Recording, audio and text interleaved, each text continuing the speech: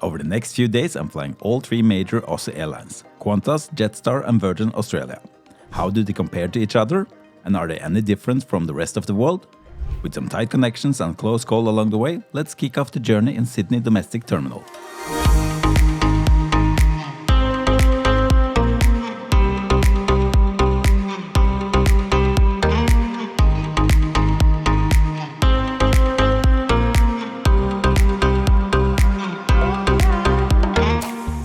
Good morning and welcome back to the channel. Really busy Sydney Domestic Airport. Today we're going to try the three major competitors in the Australian market.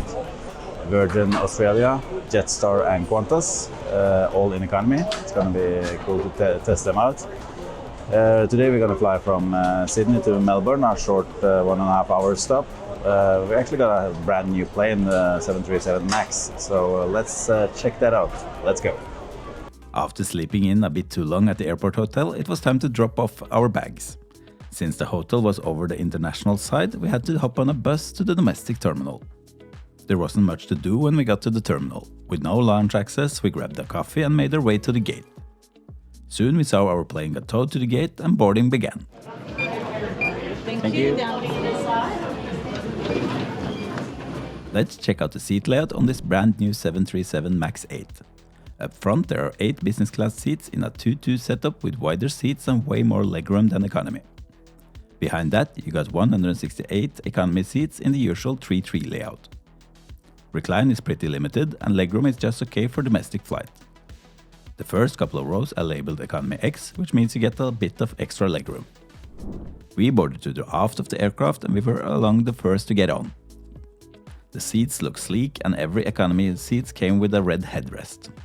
So just in the cabin, it's a really new cabin. I can actually feel the new plane smell almost. The seat is kind of comfortable. It's really good leg space here, surprisingly good actually. And no screen in front of you. This plane came from Bali this morning, so it's a 6-hour journey without screen. It's not the worst thing, but we have the same in Europe as well. So.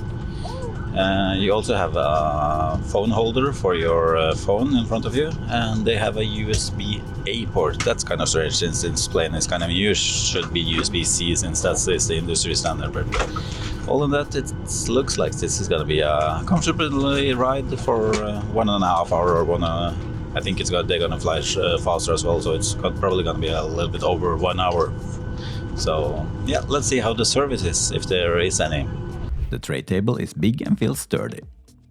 After a short while it was time to push back and head for the runway for departure. Just waiting for some landing aircraft and we were on our way. Our first leg will take us 438 miles from Sydney to Melbourne, a quick hop of about 1.5 hours.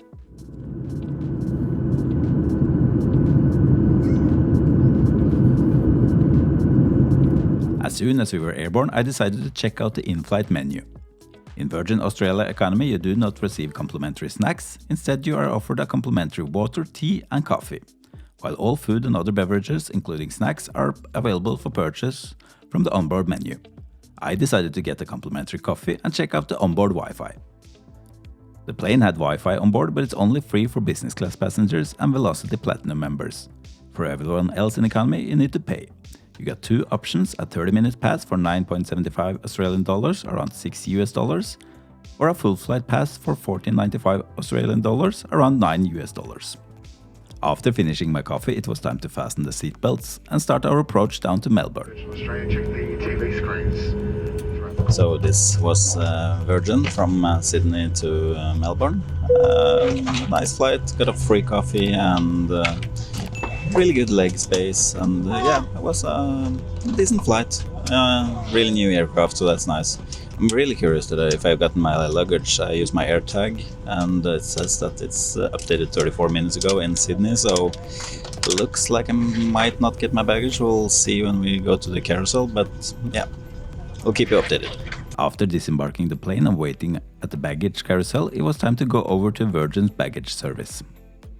So my AirTag was correct. The bag was not loaded onto our flight. There was some jam in Sydney, but they already loaded it on the next flight to Melbourne, so it should arrive in like 1 hour, so we're just gonna pick up the rental car and then I get my bag.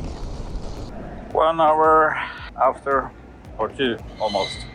So this was Virgin Australia from Sydney to Brisbane. Nice flight, good leg space. I got a free coffee. Now the next flight is going to be Jetstar from Melbourne to Whitsundays. See you. The check-in procedure for Jetstar was kind of easy. Just visit a kiosk, print your bag tag, drop it and head to your gate. Back at the airport after an amazing time driving around in the Great Ocean Road. Today we're going to fly Jetstar from Melbourne to Porcupine, or PPPP, which is Whitsundays. Just gonna check in here now. Had to buy extra both carry-on and check-in baggage because we have shopped a little bit too much, and I know that Jetstar is a little bit strict on the weight size, especially on the carry-on. So I did it better safe than sorry, because otherwise it will be a lot more money.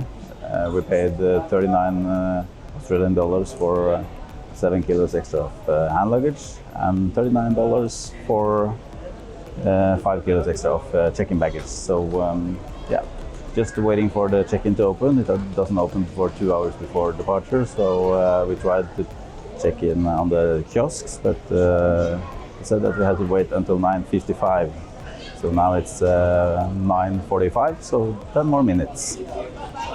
One thing I always use when I'm traveling is a VPN that shields your digital life from hackers and anyone else that wants to snoop on your data. I have partnered up with Private Internet Access, or PIA, as today's video sponsor. I've been using PIA myself for the last 10 years privately, and I reached out to them to see if they could sponsor me. And if you use my link in the description below, you support me and my continuous work here, and you will also get 83% discount and 4 months completely free. And if you're using PIA, your data is shielded from anyone else, and you can also select any other countries in the world that you want to be in. So if you're streaming Netflix or accessing gay-restricted content, PIA can avoid that. So yeah, check out the link in the description and use my link. I will be really happy. With everything done, we headed to the gates since there was no lounge for us here. Boarding started on time and we headed out in the rainy Melbourne weather to board this Airbus A320. Let's take a look at the seat map of this Airbus A320 CU as we board. Jetstar does offer business class on some international routes, but not on domestic flights. So this one is all economy. There are 180 seats on board and the legroom varies slightly. Up front you have 29-inch pitch, while the rear rows have a bit tighter at 28.5 inches. The seats look kind of basic, and here there are no separate headrest as it was on Virgin. So just sat in the seat. It's a little bit less legroom than the previous flight, but it's still manageable. I have around 2 fingers to sit in front of me.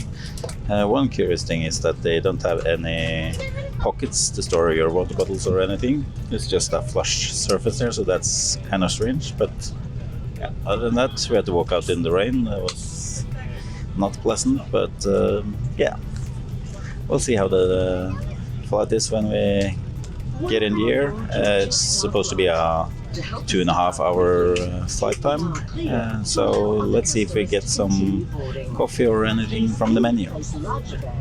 So they were really strict on the hand luggage allowance.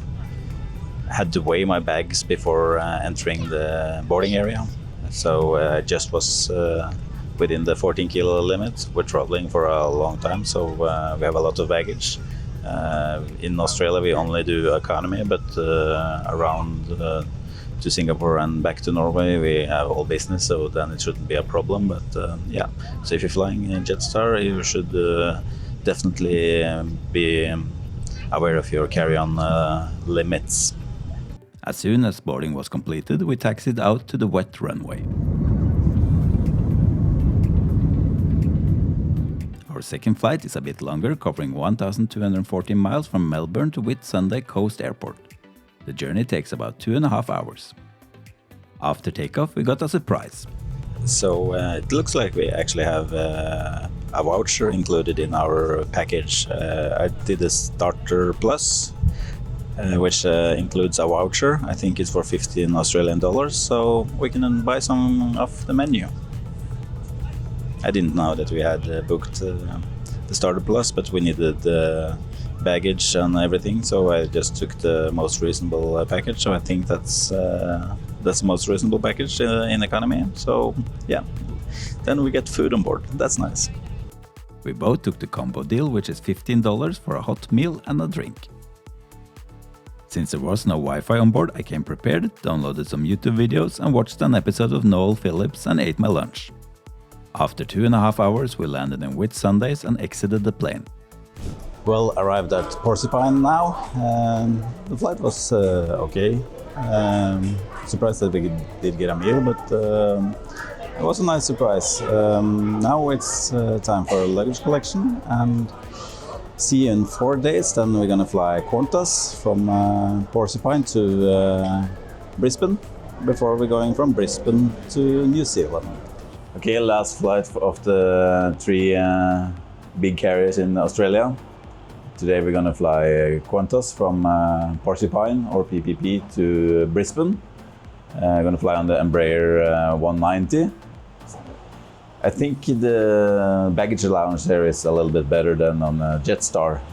We're flying internationally because we're going from Brisbane to New Zealand, so we actually have 30 kilos checked-in luggage, but I think the carry-on luggage is 7 kilos, so we will see when we get there. But I don't think that's that strict as Jetstar.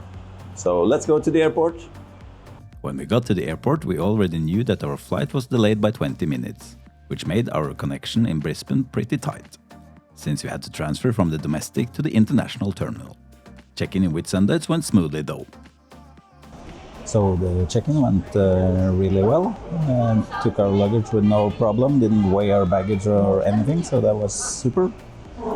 Now we're waiting for the flight. The flight is currently delayed, and we have a really short connection in Brisbane, so this is going to be fun. We're going to fly further from Brisbane down to Christchurch in New Zealand.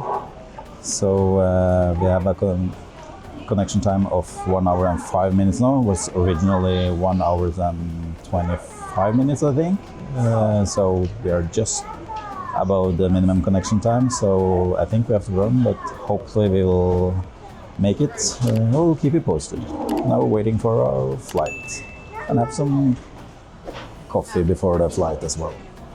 So for this flight, we're actually not flying Qantas, we're flying Alliance Airlines, which is a wet lease operating for Qantas. So they have a lot of Embraers, and I read online that Qantas is leasing 30 of wet leasing 30 of the Embraer flights. So this is going to be not a full Qantas flight and a Qantas crew, but we're going to have a Qantas later from Brisbane to Christchurch. So we're going to see how Qantas is on that leg. That's going to be an international leg, but we're still going to see it. Whitsunday Airport is small, with just a few gates, some shops and a couple of places to eat. We grabbed a burger and waited in the middle of the terminal before boarding. Our inbound plane arrived 40 minutes late, making our connection at Brisbane even shorter with only 55-minute connection. Boarding started fairly quickly and we walked out to the plane. Qantas operates a regional brand called QantasLink, and this Embraer 190 is run in partnership with Alliance Airlines. It mainly serves regional and select domestic routes. Let's check out the seat map on the Embraer 190. Up front there are 10 business class seats in a 1-2 layout. The economy cabin has 84 seats in a 2-2 configuration, offering decent legroom for a short-haul flight. The seats are covered in soft fabric instead of the usual leather. And the 2-2 layout means no middle seats, always a win. Well, just boarded. The flight is kind of spacious. It's a lot of legroom in front of me. The tray tables are a little bit dirty, or they are actually gross, but well, it's only 1 hour and I think it's they're gonna fly something in now, so it's 1 hour and 3 minutes they schedule it for, but we will see when we get to Brisbane. So yeah, time to get airborne and head our way down to Brisbane. Our third flight is a short one, 562 miles from Whitsunday to Brisbane, taking about an hour and a half. As soon as we were airborne, we were served some snacks and drinks. So the service has been good. We got Coke and sandwich, so that is nice. It was everything was free. Now it looks like we have 1 hour connection or 55 minutes connection in Brisbane, which is really tight. I think it's 4 kilometers from the domestic terminal to the international one, so we'll see if we make our connection. It's gonna be tight, and I think we have to run, so we'll see. After eating and watching an episode of Mentor Pilot, we started our descent down to Brisbane.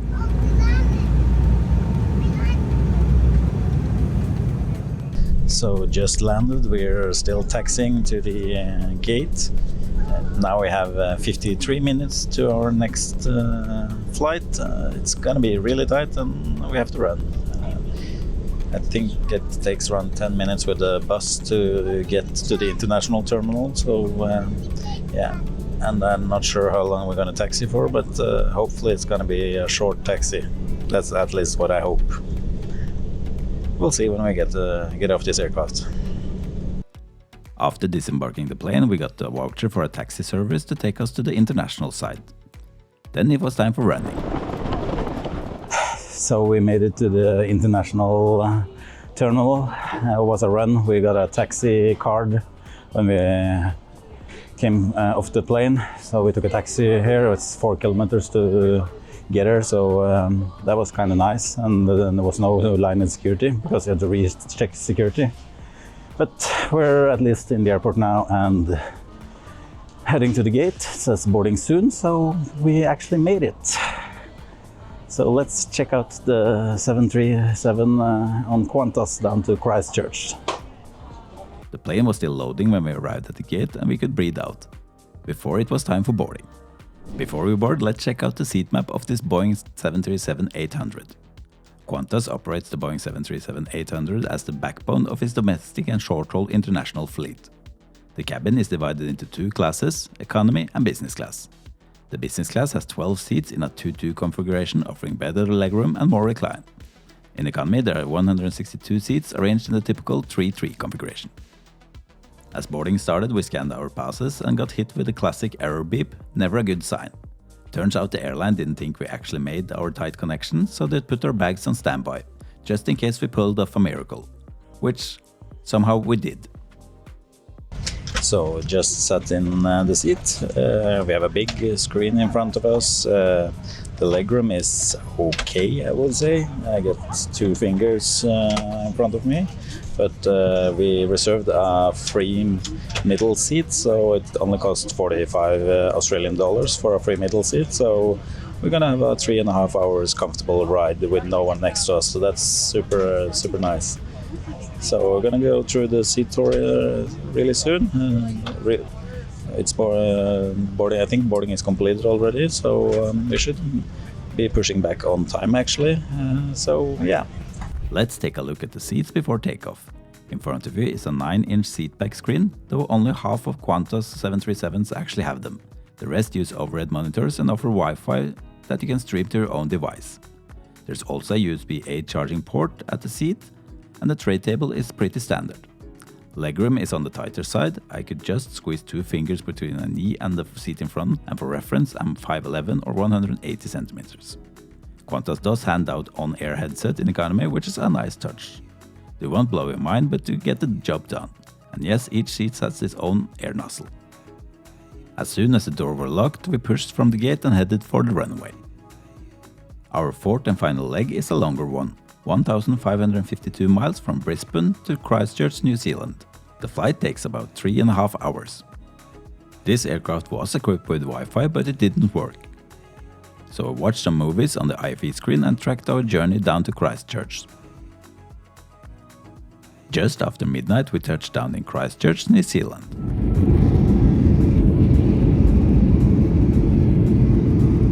So just landed in Christchurch, New Zealand. Qantas was really good. I was surprised for such a short flight that we got so much food. We got a hot meal, and we also got some crackers and some chocolate and drinks and an IV screen. I really liked it. So if I'm going to compare the three airlines, I will think Jetstar is the least favorite one. They are really strict on the baggage part. Virgin Australia was okay, but Qantas is the best of those three, I will say.